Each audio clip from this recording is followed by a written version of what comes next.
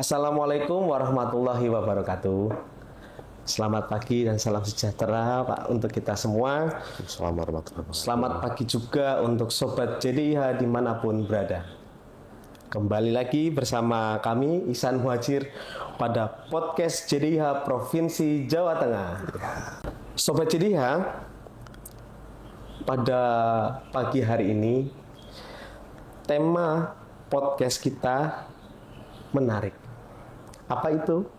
Podcastnya adalah pengelolaan barang milik daerah, yang mana di Provinsi Jawa Tengah sendiri terdapat perda yang baru, yaitu Perda nomor 3 tahun 2025 tentang pengelolaan barang milik daerah. Tentunya kami dari tim JDIH Provinsi Jawa Tengah telah menghadirkan narasumber yang berkompeten di bidangnya, yaitu Bapak Adi Raharjo selaku Kepala Bidang Aset pada Badan Pengelola Keuangan dan Aset Daerah Provinsi Jawa Tengah.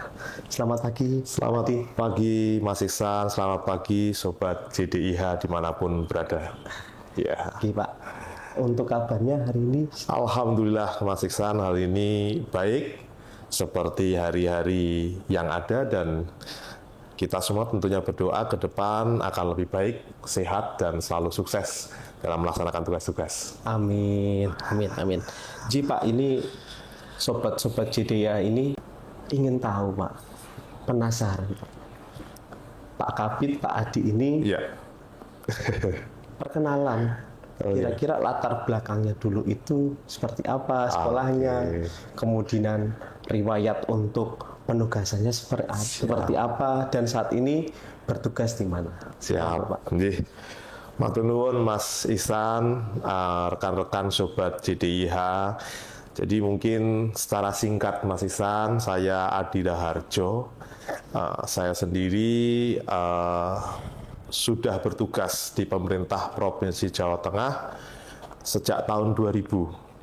Jadi pada waktu itu kebetulan karena saya selesai menyelesaikan pendidikan di Sekolah Tinggi Pemerintahan Dalam Negeri tahun 2000, kemudian ditempatkan di pemerintah Provinsi Jawa Tengah. Waktu itu penempatan pertama kami ada di Biro Kepegawaian Setda Prof Jateng. Setelah dari Biro Kepegawaian tahun 2000, di tahun 2003 sampai 2006 kebetulan mendapatkan kesempatan mengikuti tugas belajar pada waktu itu di Magister Ilmu Ekonomi dan Studi Pembangunan Universitas Diponegoro. Selesai tahun 2006 dan transit sebentar, kurang lebih 3 bulan di kepegawaian. Selanjutnya bertugas di Badan Perencanaan Pembangunan Daerah sejak tahun 2006 sampai dengan tahun 2016. Terakhir di Bapeda waktu itu sebagai Kasubag Program Bapeda Prof Jateng. Kemudian tahun 2017 sampai dengan tahun 2019 pertengahan waktu itu kami ditugaskan di Badan Pengelola Keuangan dan Aset Daerah, dan saat itu kebetulan di bidang akuntansi.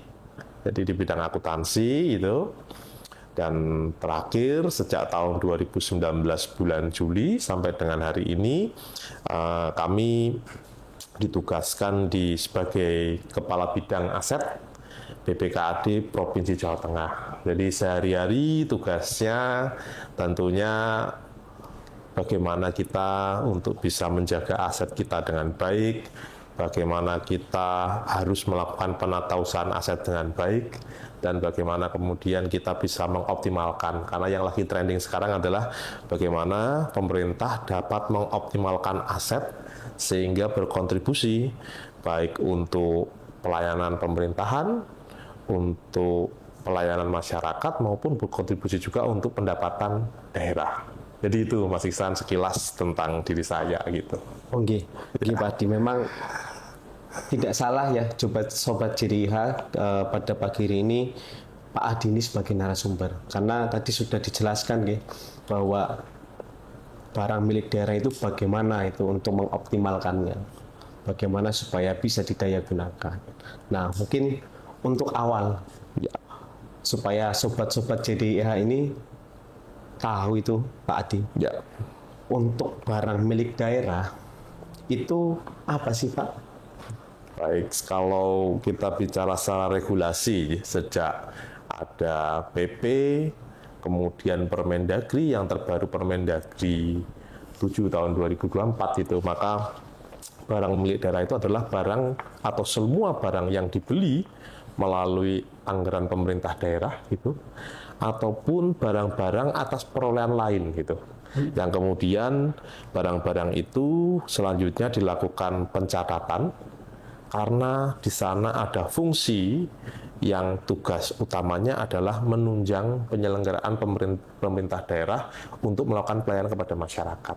Jadi barang-barang yang direncanakan oleh APBD, kemudian dilakukanlah proses pengadaan barang itu, dan kemudian barang itu kita lakukan pengamanan, mencatat, dan barang itu kemudian dilakukan proses pemeliharaan sehingga fungsi barang tetap akan bisa dimanfaatkan dalam jangka waktu yang sudah ditentukan.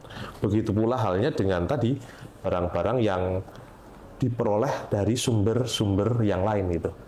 Jadi kadang kita itu ada juga kendaraan, ada juga bangunan yang dibangun oleh pemerintah pusat misalkan, kementerian gitu kan. Contoh kata ketika kemarin COVID misalkan, itu kan kemudian kementerian melakukan bantuan dengan membangunkan rumah sakit darurat COVID gitu. Nah, begitu sudah selesai, maka barang itu harus dicatat gitu kan. Dicatat, kita amankan, dan kemudian bagaimana dilakukan proses pemeliharaan agar fungsinya masih dapat digunakan untuk jangka waktu tertentu. Gitu, Mas Iksan. Oke, berarti barang milik daerah itu bisa dikatakan seluruh gitu Pak. Ya. Apa yang didapatkan dari APBD atau perolehan-perolehan lain yang sah Ya. gitu, Pak. Mungkin seperti di tempat kita ini ya, di sekeliling kita ini merupakan barang milik daerah berarti sih Pak. Betul, betul. Jadi semua tentunya yang hari ini, bahkan Mas Iksan, kalau kita bicara secara luas aset ya, bukan barang milik daerah gitu. Secara luas aset itu, di samping dalam bentuk barang itu, kita ini sumber daya manusia yang ada ini adalah aset negara. Jadi kekayaan negara yang juga tadi harus ada berbagai proses, mulai proses dilakukan dalam bentuk lain pemeliharaan, misalkan di-check up kan, ditanggung atau dijamin kesehatannya gitu. Karena tadi semuanya digunakan atau diharapkan dapat menunjang fungsi penyelenggaraan pemerintah daerah. Jadi kalau kita bicara secara luas aset ya tadi termasuk kita. Nggih. Memang saya itu tertarik nih Pak dengan kalimat menunjang fungsi pemerintah daerah karena Ya. memang faktanya barang milik daerah atau dalam hal ini aset itu sangat penting fungsinya bagi berjalannya pemerintahan daerah gitu Pak. Ya. Nggih, Pak Adi, untuk barang milik daerah ini kan berarti pemerintah daerah melakukan pengelolaan ya Pak. Ya. Nggih. Jadi mungkin sudah sempat dijelaskan ada penata usahaan, Ya. kemudian juga ada pemeliharaan, ada pengamanan, ada Ya. pemanfaatan. Nah, itu seperti apa sih Pak secara umum pengelolaan barang milik daerah? Ya. Pengelolaan barang milik daerah itu terbagi oleh siklus itu, sejak perencanaan sampai dengan pengawasan pengendalian. Tapi kalau kemudian saya bisa memberikan satu gambaran singkat itu, sebelum dilakukan pengadaan itu pun sudah ada proses namanya perencanaan. Jadi pemerintah menyusun dokumen namanya Rencana Kebutuhan Barang Milik Daerah. Dokumen itu isinya apa? Garis besarnya adalah menggambarkan sebuah kondisi satu unit kerja ini sebenarnya untuk menunjang tusinya yang dibutuhkan apa?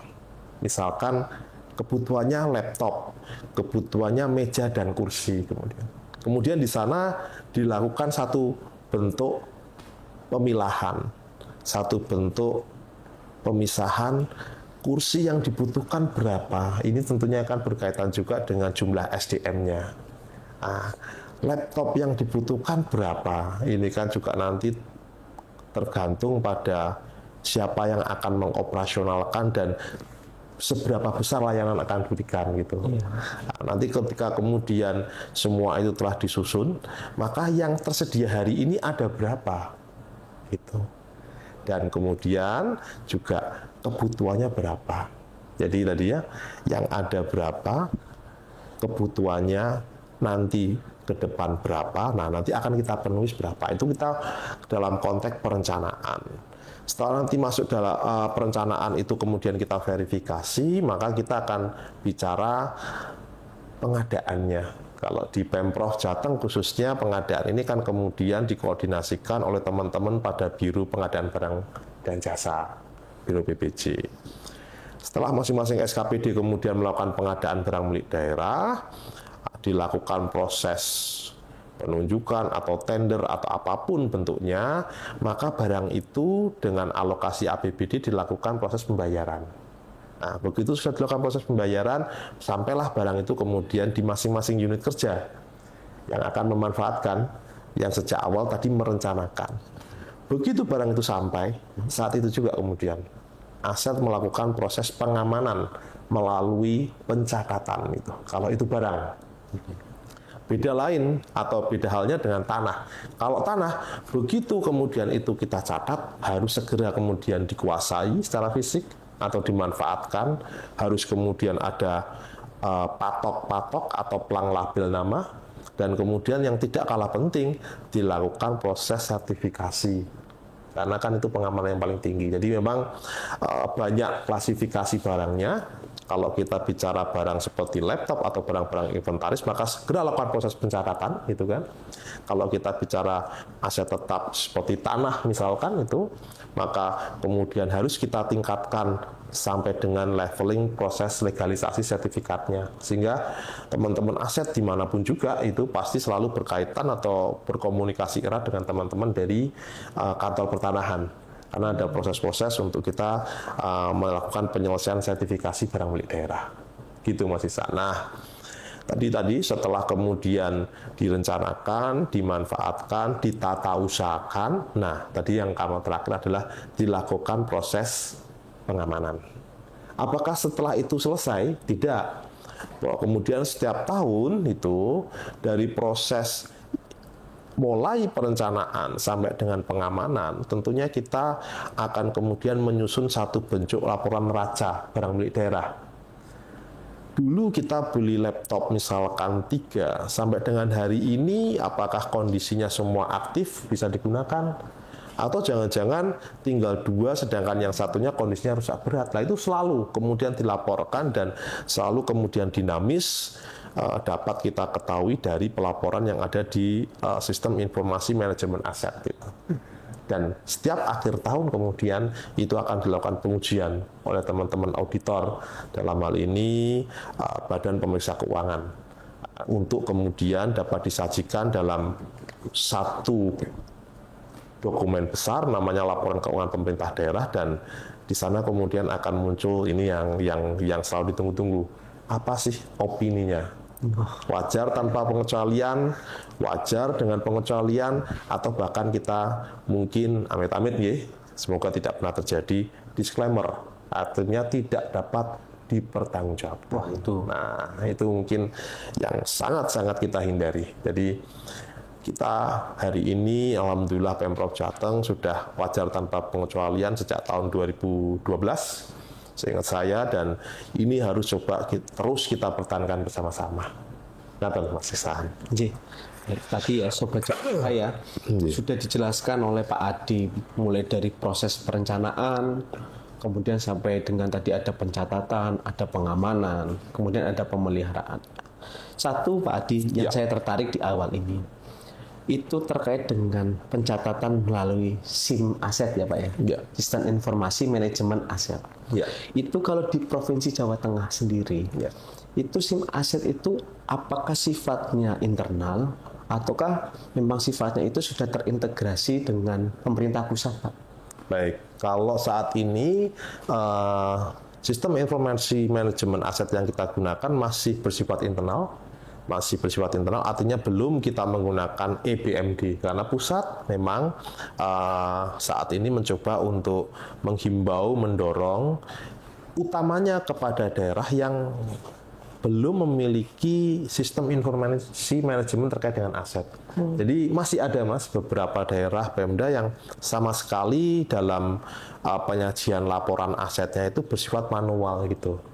Sedangkan kalau Jawa Tengah sendiri, alhamdulillah kita sudah menggunakan SIM aset ini sejak tahun 2012 gitu. Nah, artinya tadi kembali ke pertanyaannya, sistem ini masih bersifat internal. Kita gunakan untuk kepentingan kita dalam rangka menyajikan laporan-laporan yang dibutuhkan gitu. Ketika kemudian laporan-laporan itu dimohon oleh pemerintah pusat, maka output dari laporan yang diminta oleh pemerintah pusat itu juga kita upayakan kita penuhi dengan menggunakan SIM aset kita tadi saat ini. Mungkin itu Mas. Oke, Pak, ini menarik ya. Jadi ternyata belum tentu juga gitu bahwa di setiap pemerintah daerah saat ini sudah memiliki yang namanya sistem informasi manajemen aset. Yaitu Pemprov Jateng ini berarti sudah satu langkah di depan dalam alhamdulillah sudah menyediakan sistem tersebut, aplikasi tersebut sehingga data-data terkait dengan aset atau barang milik daerah itu tersajikan dengan baik seperti itu ya Pak. Insya Allah demikian Mas. Nah, itu yang juga menjadi hal terpenting dalam pengelolaan barang milik daerah. Ya, baik Sobat JDIH, ini juga mungkin jadi pertanyaan juga Pak Adi, yang mana ketika kita berbicara mengenai pengelolaan barang milik daerah itu sebenarnya yang berhak untuk melakukan pemanfaatan itu siapa gitu Pak. Mungkin di sini sobat-sobat JDIH ini ingin mengetahui Pak, apakah pemanfaatan itu hanya bisa dilakukan oleh SKPD ataukah pemanfaatan aset atau barang milik daerah ini dapat dilakukan oleh di luar SKPD Pak.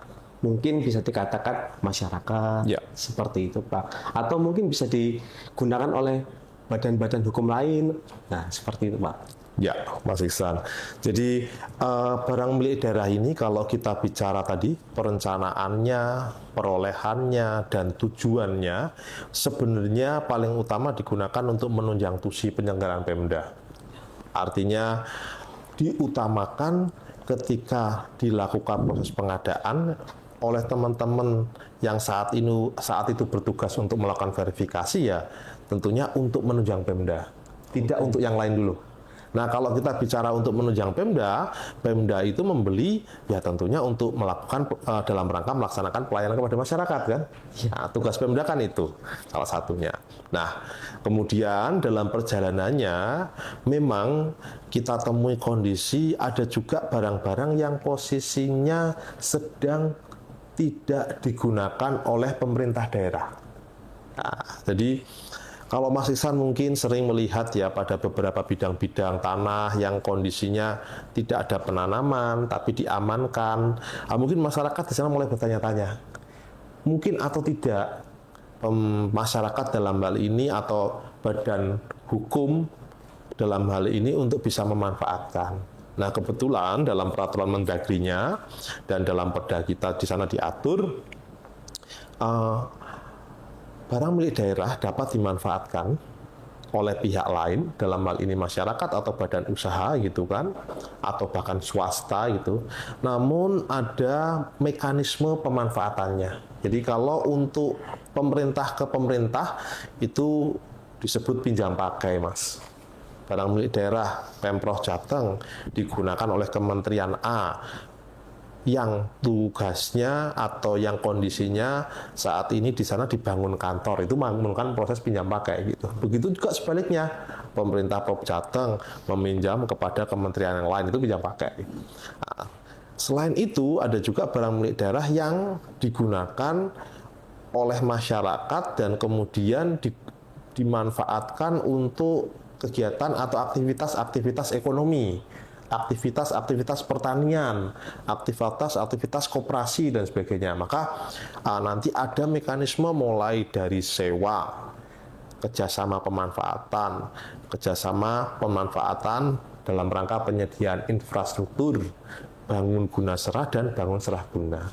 Jadi prinsipnya kalau barang milik daerah sedang tidak dimanfaatkan atau sedang tidak digunakan oleh pemerintah daerah, maka barang ini bisa digunakan oleh masyarakat gitu kan.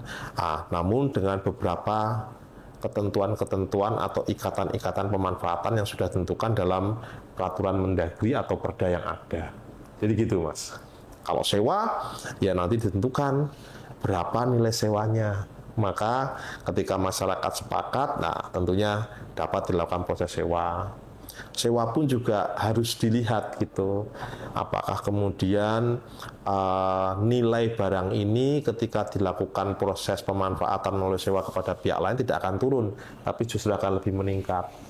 Banyak Mas contohnya, kita punya rumah dinas yang selama ini mungkin sedang tidak digunakan, sehingga kondisinya kurang terawat gitu, dan kemudian masyarakat melakukan permohonan untuk memanfaatkan.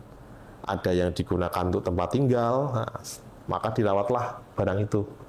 Dan pemerintah juga mendapatkan kontribusi pendapatan. Ada yang digunakan untuk kantor, bahkan ada beberapa yang juga digunakan untuk kafe atau warung dan sebagainya. Nah, itu semua ada regulasinya, ada hak dan kewajibannya, sehingga barang milik daerah ini tentunya dapat lebih optimal didaya gunakan gitu, serta paling utama hari ini kan semua diupayakan bisa berkontribusi kepada pemerintah khususnya dalam rangka meningkatkan pendapatan asli daerah. Demikian Mas Faiz.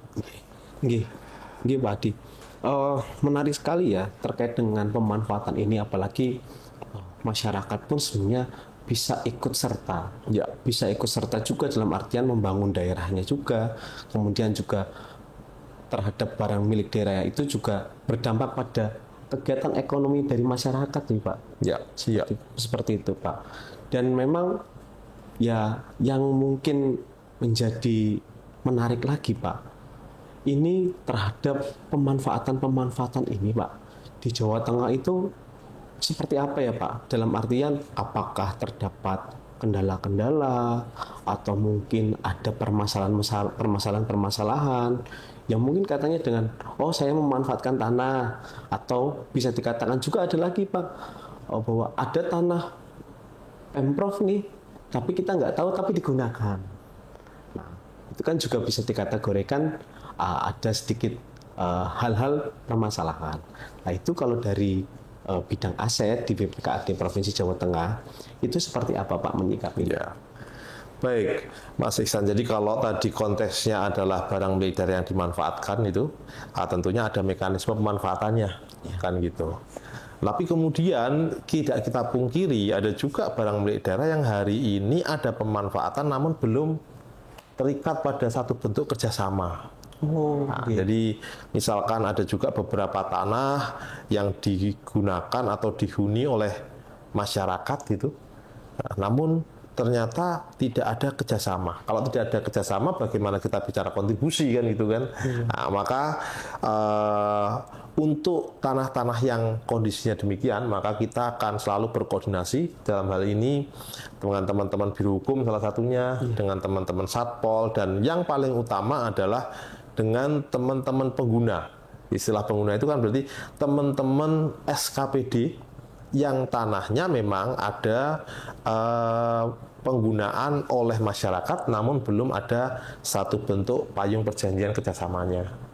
Nah, di sana nanti kembali, Mas Islan, kalau memang kemudian tanah itu digunakan itu oleh masyarakat, itu pemerintah Provinsi Jawa Tengah tentunya tidak serta-merta untuk kemudian melakukan proses pengosongan.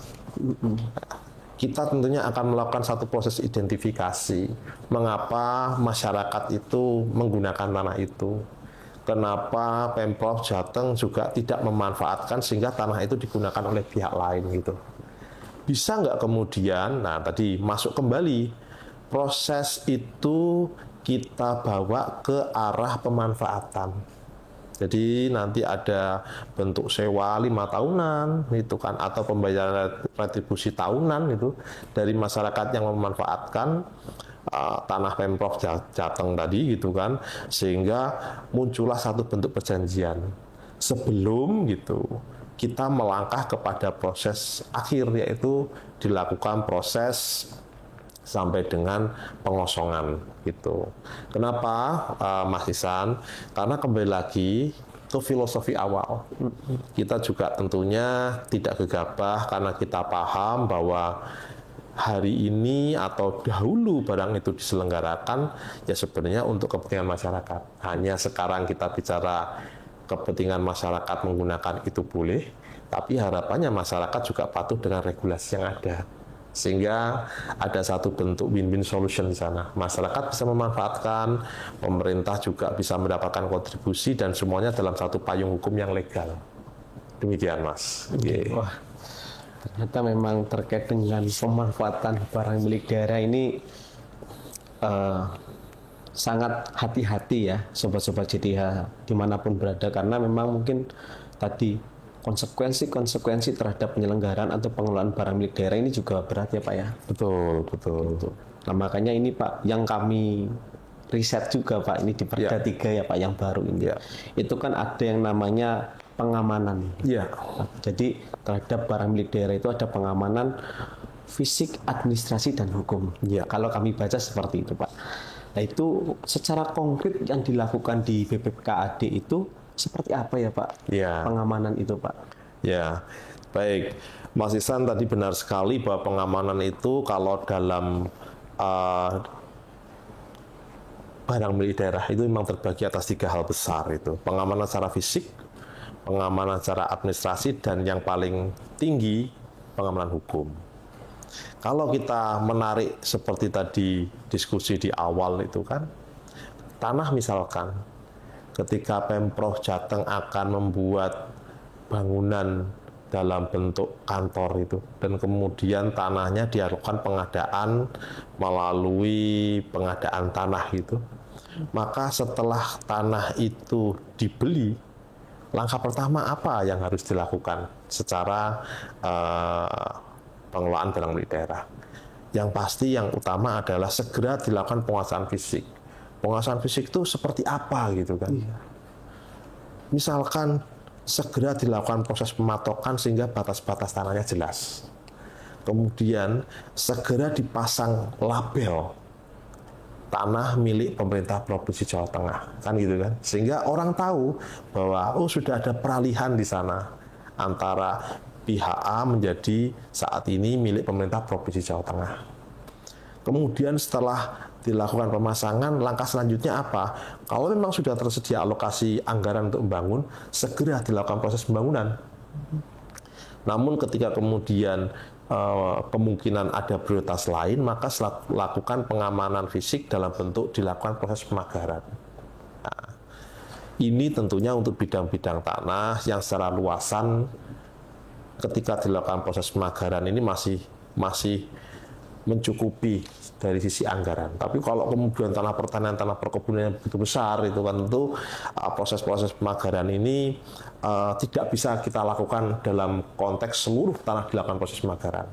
Tapi tentunya dengan pemasangan patok, pemasangan pelang, semua orang sudah paham ada batasan-batasan di sana yang mana milik orang atau pribadi atau institusi yang lain, dan yang mana itu milik pemerintah Provinsi Jawa Tengah. Itu kita bicara pengamanan fisik. Kemudian tidak lupa Mas, ketika kemudian selesai dilakukan proses pengadaan, tentunya kan di sana akan muncul dokumen-dokumen, mulai sejak dokumen perencanaan pengadaan sampai dengan dokumen terjadinya proses jual beli di sana gitu. Maka atas semua dokumen itu segera lakukan proses pengamanan administrasi, dicatat gitu, segera dicatat. Jadi ada istilah gitu, formal mendahului ya kondisi yang ada. Segera dilakukan proses pencatatan. Karena apapun juga yang membedakan antara pemerintah daerah dengan institusi yang lain, karena kita melakukan proses pencatatan. Gitu. Jadi pencatatan dalam SIM aset atau dalam EBMD itu salah satu yang membuat sebuah Pemda itu ketika nanti terjadi sengketa atau permasalahan menjadi satu gantolan utama gitu. Karena kita mencatat. Kok bisa? Karena dicatat itu jelas sekali, Mas. Nomor register yang kita daftarkan berapa? Bentuknya apa? Kalau itu tanah luasannya berapa, alamatnya di mana, sampai bahkan ketika kita bicara tanah itu sudah bersertifikasi atau belum bersertifikasi disebutkan di sana. Hari ini kami mencoba sampai pada mengarah kalau itu dalam bidang tanah atau bangunan, masukkan foto tanahnya. Itu. Dan ke depan insya Allah sudah sampai pada posisi titik lokasi koordinatnya di mana. Jadi kalau itu semua ada gitu kan. Aset ini kan sejarah. Artinya sampai kapanpun ketika nanti ada pergantian pengelola dan lain sebagainya, pengelolaan oleh aset diganti atau perpindahan struktur bahkan aset ke unit yang lain, tidak akan ada kekhawatiran karena sudah kita catat sampai bahkan titik-titik itu sudah kita tentukan. Nah, pengamanan yang terakhir adalah pengamanan hukum. Jadi setelah tadi dikuasai secara fisik, kemudian dilakukan proses pencatatan itu. Nah, ketika kita bicara barang ini perlu dilakukan peningkatan pengamanan secara hukum, contohnya sertifikasi ya segera disertifikatkan. Gitu. Kalau kendaraan ya segera kemudian diurus BPKB-nya gitu dan dilakukan proses penyimpanan. Nah, dalam ketentuannya memang penyimpanan atas dokumen kepemilikan ini ada di kami, di BPKAD Provinsi Jawa Tengah. Pertanyaannya adalah, ketika kemudian tanah ini atau kendaraan ini sumber perolehannya ada yang dari APBD atau bahkan dari pihak lain, dan sudah ada sertifikatnya, namun nama sertifikatnya itu masih nama pemilik sebelumnya. Apa yang harus kita lakukan? Lakukan segera proses balik nama.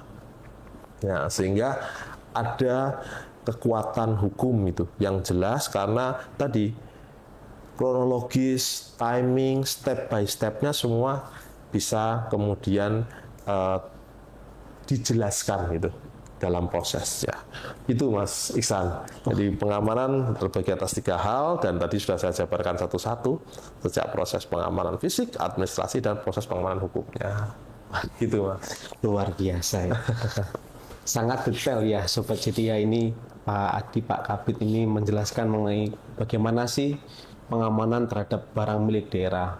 Saya saja sampai berpikir, wah ternyata di BPKAD itu tugasnya tidak simpel. Iya, Mas. Kalau kita lihat kan berarti pengamanan barang milik daerah itu dilakukan satu provinsi ini ya Pak? Betul, jadi semua barang milik daerah milik Pemprov Jateng dimanapun berada. Bahkan ada juga barang milik Pemprov Jateng yang di luar provinsi. Misalkan yang saat ini ada di kantor penghubung, maka proses pengamanan itu harus kita lakukan. Proses kemudian pelaporan secara triwulanan atas pengamanannya itu juga harus dilakukan pelaporannya. Karena Mas Iksan sejak tahun 2019 seluruh pemerintah daerah, utamanya rekan-rekan pengelola aset itu harus melakukan bentuk pelaporan kepada MCP KPK dan Kemendagri. Jadi setiap 3 bulan memang kita ada form yang harus dilaporkan gitu. Ya Pak? Ya, dilaporkan secara berkala itu. Dan kemudian nanti di sana oleh teman-teman dari KPK, rekan-rekan dari Kemendagri dilakukan satu bentuk analisa untuk dilaporkan oleh masing-masing Pemdanya. Ini pengamanannya gimana? Oh, ada sekian yang belum disertifikatkan. Maka nanti teman-teman KPK tentunya akan mengundang Pemda, akan mengundang teman-teman Kantah untuk mendorong bersama-sama untuk penyelesaian sertifikasinya. Itu demikian Mas. Wah, ini sudah ada pengawasan juga dari NCP KPK ya Pak? Betul Mas, ya, betul. Memang terhadap barang milik daerah ini, kalau saya juga baca di PP-nya yang terbaru PP 28 2020, kemudian Permendagri 7 2024, kemudian di Perda kita juga, itu memang ada satu titik kunci yaitu kehati-hatian ya Pak. Betul. Kehati-hatian dalam pengelolaannya. Oke, tadi Sobat Cedia sudah bisa kan ada gambaran mengenai barang milik daerah itu seperti ini. Pengamanannya fisik, administrasi, hukum. Betul. Nah, ini juga ada lagi Pak dari Sobat Jadinya menanyakan ini Pak. Kalau barang tadi sudah direncanakan, kemudian barang sudah dimanfaatkan. Iya. Nah, kalau lambat laun itu kan pasti ada Pak barang-barang yang mungkin sudah tidak dapat menunjang fungsinya lagi. Betul. Nah, terhadap barang-barang yang sudah tidak dapat menunjang fungsi itu akan diapakan Pak? Oke, ya benar. Banyak Mas, memang Iya. betul. Itu dulu itu memang pemerintah orientasinya adalah kemudian hanya bicara bagaimana dalam rangka menunjang penyelenggaraan Pemda untuk melayani masyarakat, maka dilakukanlah proses pembelian itu. Oke. Ya kan, pembelian. Nah, kadang kita lupa bahwa kita juga harus melakukan satu bentuk analisa. Semakin lama pencatatannya semakin besar, gitu kan. Tapi ketika kita melihat kondisi fisik barangnya, tidak bisa optimal juga, bahkan tidak bisa efisien juga untuk menunjang kepentingan pemerintah daerah, gitu kan. Banyak kemudian kendaraan-kendaraan atau bahkan yang paling ekstrim bangunan-bangunan yang kondisinya rusak berat, tapi masih tercatat. Betul. Itu. Lalu bagaimana proses yang harus kita lakukan? Nah, nanti ada istilahnya proses penghapusan barang milik daerah. Gitu. Proses itu terbagi dalam beberapa hal. Paling nyaman itu barang dilakukan penghapusan karena ada proses perencanaan penggantian gitu. Itu paling nyaman. Misalkan tadinya gedung pemerintah atau bangunan pemerintah yang awalnya digunakan misalkan lah ya, contohlah untuk klinik gitu kan, atau untuk balai, dan kemudian akan beralih ke penggunaan rumah sakit itu lebih besar dan ada perbedaan mendasar gitu kan. Nah, maka kemudian kalau barang itu di N-1 atau tahun sebelum perencanaan itu sudah direncanakan, tahun-tahun sebelum pelaksanaan sudah direncanakan rumah sakit, dan itu berproses sejak perencanaan di Bapeda, penganggaran di BPKAD, maka seharusnya teman-teman SKPD, rekan-rekan pengurus barang pengguna atau rekan-rekan pejabat penata usaha barang pengguna segera juga untuk mengusulkan proses penghapusan. Gitu. Jadi dilakukan proses penghapusan, Mas. Itu. Penghapusan ini kemudian melalui berbagai tahapan dilakukanlah proses penilaian dulu oleh rekan-rekan dari KJPP atau penilai pemerintah. Itu dalam hal ini teman-teman dari DJKN. Setelah kemudian dilakukan penilaian, nanti diusulkan juga dalam bentuk SK persetujuan penghapusan oleh Bapak Gubernur. Itu. Dan nanti kalau kemudian itu sudah terbit, maka dapat dilakukan proses pembongkaran oleh teman-teman yang ada di SKPD. Nah, sama halnya dengan kendaraan. Ini biasanya yang bicara penghapusan itu kan, atau ya penghapusan BMD itu kan kalau nggak bongkaran bangunan gitu kan, barang inventaris gitu kan, ya salah satunya kendaraan. Kalau kendaraan bagaimana? Sama, kita kemudian harus lihat dulu nih kondisinya, efisiensinya gitu, usia tahunnya, itu kan dalam Permendagri-nya dijelaskan kurang lebih di atas 7 tahun. Itu barang itu sebenarnya dapat atau memiliki kelayakan. Tapi kan kita bicara itu ketika kita bicara kondisi keuangannya juga ideal. Nah, tapi kalau kondisi keuangan dan prioritas ini juga harus banyak yang harus kita penuhi, maka kan kita cukup selektif, harus selektif. Barang-barang yang memang sudah kondisinya rusak berat atau sudah tidak efisien untuk digunakan, maka itu bisa kendaraan diusulkan untuk proses penghapusan. Sama Mas, mekanismenya nanti kami akan menugaskan kepada teman-teman penilai itu untuk melakukan penilaian gitu kan. Ada kajian-kajian juga yang harus kita siapkan di sana mengapa barang itu harus dilakukan proses penghapusan gitu. Setelah terbit nilai gitu, untuk kendaraan ini kami biasanya bekerjasama dengan teman-teman dari KPKNL. Jadi kami daftarkan untuk dilakukan lelang oleh Balai Lelang Negara. Oh, lelang ya Pak ya? Iya. Nanti ya Pak. Jadi pengalamannya itu banyak kalau bicara lelang gitu. Di samping kami tadi dibantu oleh teman-teman dari Kementerian Keuangan, itu kadang kami juga menemukan hal-hal yang aneh gitu. Ternyata lelang melalui sistem online itu membuka banyak kesempatan kepada banyak pihak untuk ikut lelang tadi gitu. Jadi ada beberapa kendaraan kami itu yang ternyata setelah dilakukan proses lelang, pemenangnya bukan orang Jawa Tengah, bukan orang Jawa Timur, bukan orang Jawa Barat, bahkan orang dari luar pulau juga ada gitu. Berarti lelang itu sifatnya terbuka untuk umum gitu? Terbuka untuk umum. Jadi diumumkan melalui sebuah sistem itu, dan itu semuanya terbuka untuk umum.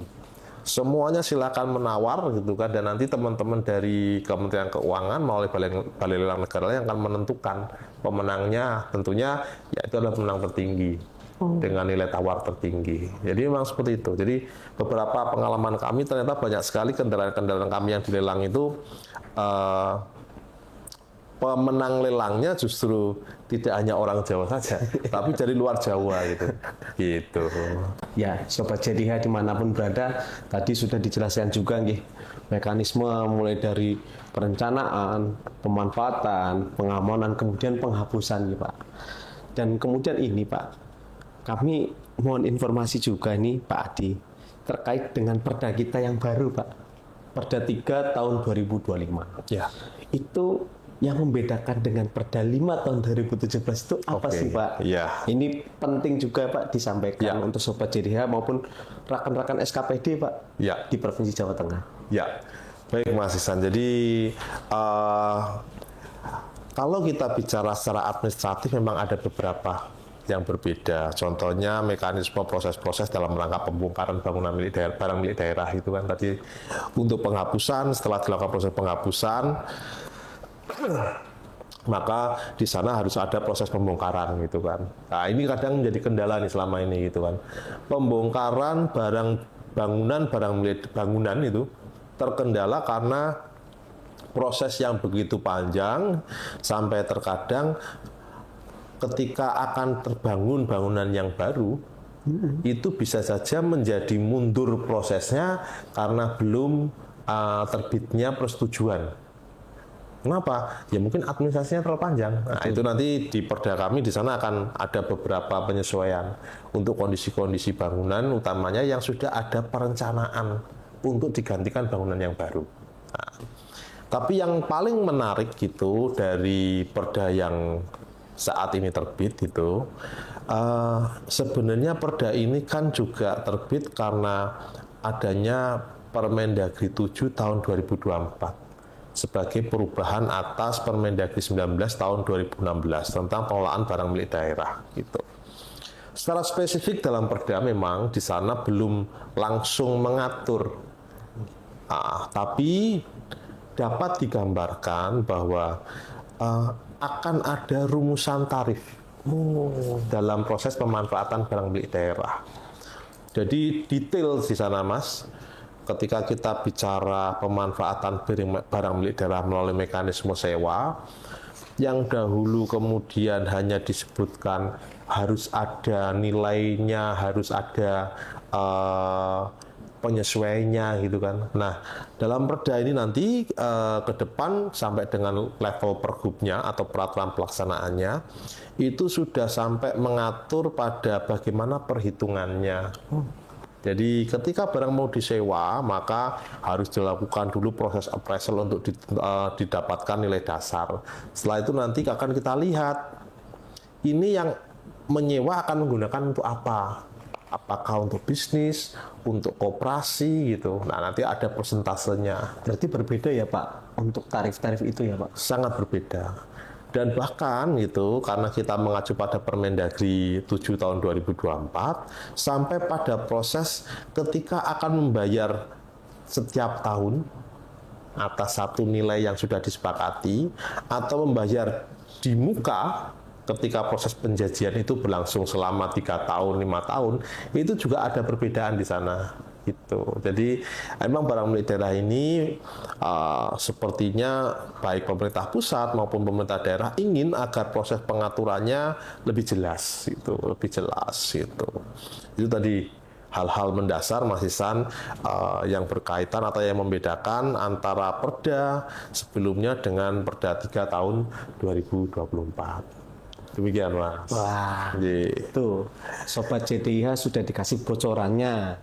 Ya kan, tanpa perlu membaca secara utuh Perda 3 tahun 2025, tapi sudah dikasih tahu kuncinya, yaitu apa? Ada beberapa hal yang memang dirubah atau ya dirubah gitu Pak Adi, Iya, disempurnakan dari Perda 5 2017 kepada Perda 3 tahun 2025. Ya.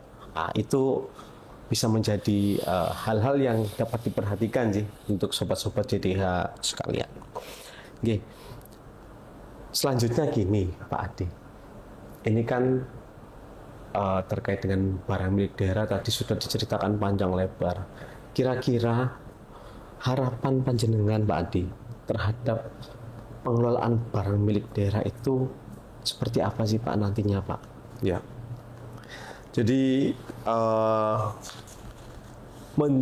mengelola barang milik daerah itu tidak hanya kita bicara bagaimana kemudian kita melakukan satu proses pengadaan, merencanakan untuk mengadakan, bagaimana kemudian kewajiban setelah itu harus dilakukan proses pencatatan, dan bagaimana kemudian itu menjadi satu bentuk tugas tanggung jawab kita untuk mengamankan itu. Tidak hanya itu sebenarnya, tapi mengelola barang milik daerah yang baik itu sebenarnya bagian dari menjaga kekayaan sebuah daerah atau menjaga kekayaan negara. Itu yang sulit yang sulit. Karena apa? Karena setiap tahun kekayaan ini akan selalu dipertanggungjawabkan. Nilainya, kemudian fisiknya kalau itu dalam bentuk fisik tanah, bangunan ataupun kendaraan. Oleh karena itu, saya berharap ke depan tentunya dengan melalui satu bentuk sistem yang transparan dan dapat dipahami oleh banyak masyarakat dengan regulasi yang semakin jelas itu, dan adanya peran serta bersama baik pemerintah maupun masyarakat untuk turut mengelola barang milik daerah ini, tentunya secara tidak langsung sama dengan bagaimana kita semua menjaga kekayaan negara dan kekayaan daerah gitu. Karena Mas, kadang orang hanya mungkin bisa merencanakan untuk membeli, tapi lupa untuk nguri-nguri itu. Nah, dan bahwa ketika membeli satu barang milik daerah itu tujuan utamanya kembali lagi untuk melakukan proses pelayanan kepada masyarakat. Itulah artinya apa? Ya kalau sudah dilakukan proses pengadaan, ya harus dilakukan pemeliharaan dengan baik, dijaga dengan baik. Syukur-syukur itu bisa mempunyai atau bisa berkontribusi memiliki nilai lebih itu ketika kemudian dimanfaatkan sesuai dengan tujuannya. Mungkin itu Mas Iksan harapan saya. Ya itu rekan-rekan sobat JDH ya, harapan ke depan dari Pak Adi itu supaya bagaimana barang milik daerah ini kita jaga, karena ini merupakan bentuk daripada bagaimana kita bisa menjaga sebuah negara juga ya Pak ya, di mana barang-barang itu harus difungsikan sebaik-baiknya, harus didaya gunakan sebaik-baiknya dan harus dioptimalkan. Jadi mungkin itu ya sobat JDH terkait dengan tema pada pagi hari ini Pak Adi, terkait dengan pengelolaan barang milik daerah. Mungkin dari sobat-sobat JDH itu ingin Pak Adi bersama-sama menutup podcast ini dengan jargon. Oke, iya. Baik Mas. Ya. Jargonnya ini gini Pak Adi, ketika saya bilang JDIH Provinsi Jawa Tengah ngayami lan nglayani. Oke, ya. Gitu. Okay. Siap. Izin Pak Adi. Monggo Mas. JDIH Provinsi Jawa Tengah ngayami lan nglayani. Wassalamualaikum warahmatullahi wabarakatuh. Matur nuwun. Terima kasih teman-teman semuanya.